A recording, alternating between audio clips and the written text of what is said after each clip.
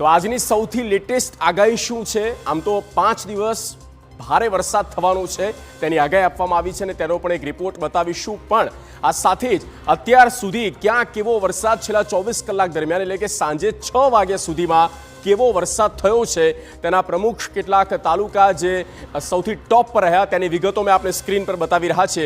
સુરતની વાત કરીએ તો સુરતના જ્યાં ઉમરપાડામાં 7.48 ઇંચ વરસાદ નોંધાયો છે।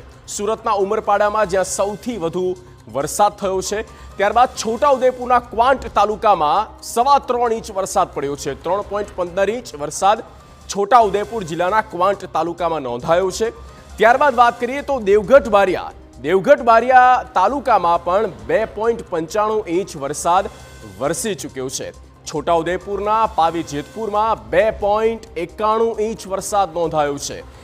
છોટાઉદેપુરમાં ખૂબ સારો વરસાદ આ વખતે થયો છે અને આ સૂકો પ્રદેશ આમ તો ગણાય છે, આ પહાડી વિસ્તાર, અને ત્યાં જ્યાં ડુંગરાળ વિસ્તાર છે ને ત્યાં વરસાદ એ મહેર કરી છે। તાપીના વ્યારાની વાત કરીએ તો વ્યારામાં 2.36 ઇંચ વરસાદ નોંધાયો છે। આમ છોટાઉદેપુરમાં 2.05 એટલે કે 2.5 ઇંચ વરસાદ વરસી ચૂક્યો છે। આમ રાજ્યના 15 તાલુકા એવા છે જ્યાં 1 ઇંચથી વધુ વરસાદ નોંધાયો, એવા કુલ 15 તાલુકા નોંધપાત્ર છે। આ સાથે જ જ્યાં તેનાથી પણ વધારે વરસાદ થયો છે એવા પણ ઘણા તાલુકા છે જેનો આંકડો મેં આપણે સતત બતાવ્યો, પણ સૌથી વધારે આ વખતે દક્ષિણ ગુજરાતના અલગ અલગ તાલુકા જોવા મળ્યા છે જ્યાં ખૂબ જ સારા પ્રમાણમાં વરસાદે મહેર કરી છે।